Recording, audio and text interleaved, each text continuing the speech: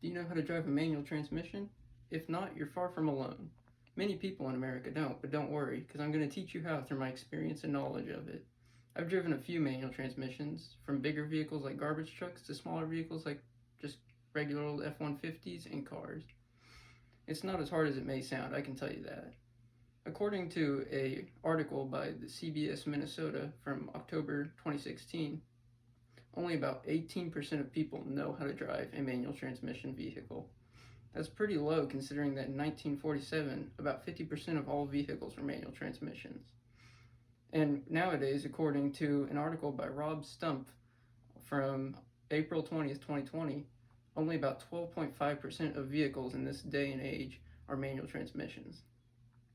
While those numbers seem really high, they used to be a lot more than that.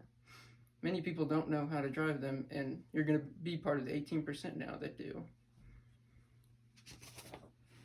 Here's a visual aid that I found on rac.co.uk. As you can see, the first step is, of course, put on your seatbelt. That saves everyone's life if they have them on, so always put them on to obey the law. The next step is obviously turn on your ignition. Your car won't run if you don't have the ignition on. Now, one of the most important pieces to notice is how there are 3 pedals on a manual transmission. You, of course, have your accelerator, your brake pedal, and the clutch. The clutch is the one that you have to focus on because that's the new one in the manual transmissions. Your clutch is basically what engages the transmission and the gearbox together. So as you can see, once you start the ignition, you move on to the clutch. You'll push it down with your foot, and then you'll shift your car into gear.